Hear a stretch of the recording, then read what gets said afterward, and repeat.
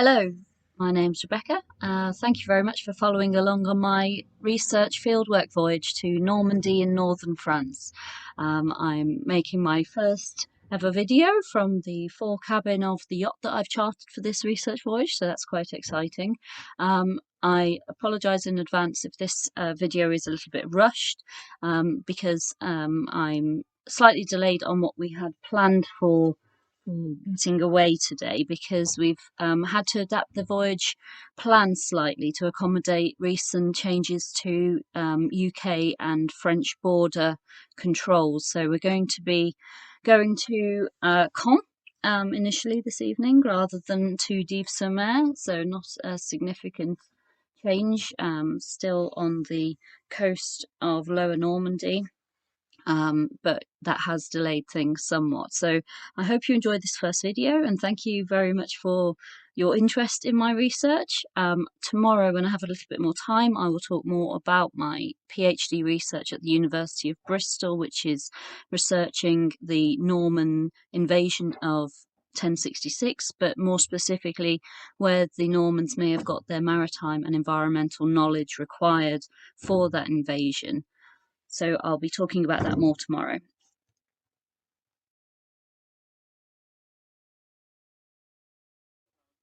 So I arrived in Portsmouth this afternoon with two of the other crew that are coming with me on this voyage, Ed and Ben, and we went to the Mary Rose Museum at Portsmouth Historic Dockyards.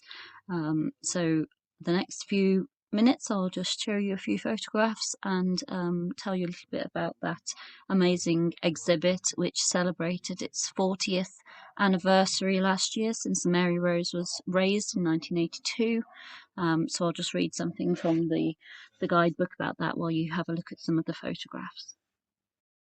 Sometime in the late afternoon of July 19th, 1545, the Mary Rose, one of the largest of Henry VIII's great ships, heeled to starboard and sank.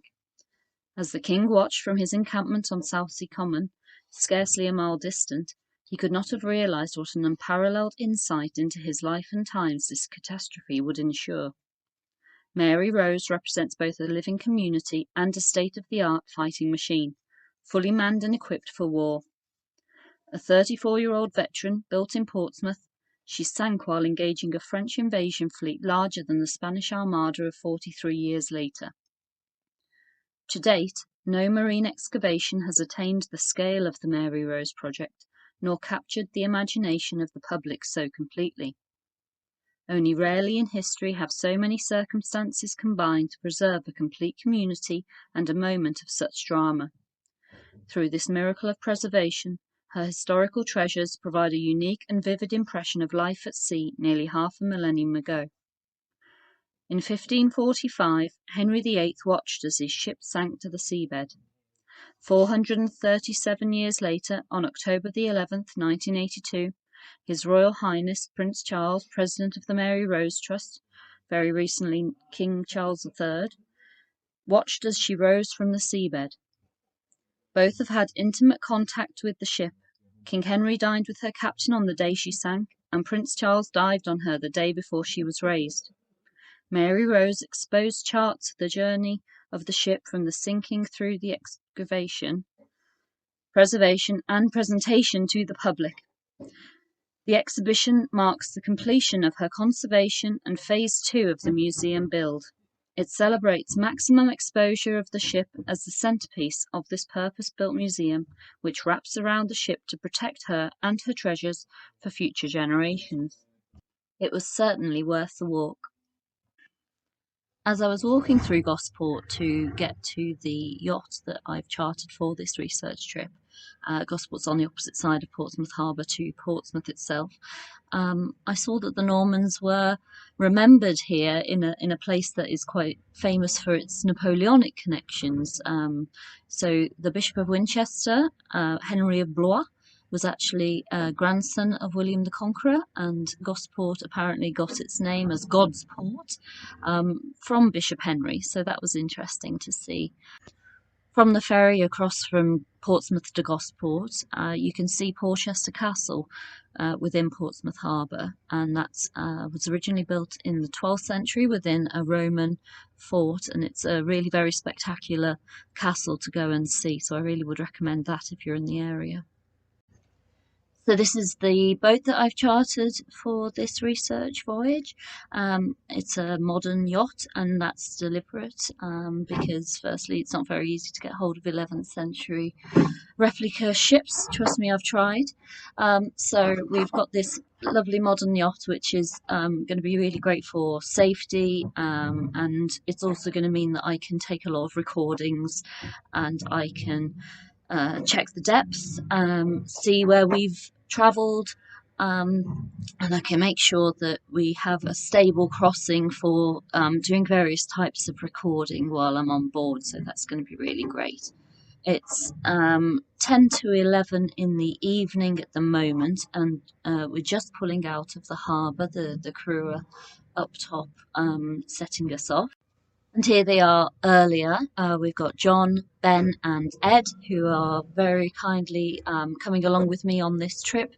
John is the captain of the vessel. He's the Royal Yachting Association yacht master, so he's going to keep us nice and safe. And he taught me how to sail, so I trust him completely. And Ben and Ed as well. Have got a conference paper later this year in July at the IMC where I'll be talking about crew roles and responsibilities around the year 1000, and it's been quite interesting pulling together my own crew for this journey, so I'm going to think through that when I'm doing that paper as well. So what this picture shows is we were redoing the plan for the trip because we've had to adapt our port of entry into France, because you used to be able to arrive into any port and register with the customs officials and just carry on, but now there are only certain ports in France that you are allowed to arrive into and to leave from, so it's changed the other end of our journey as well, but I'll be able to go into that in a bit more detail later.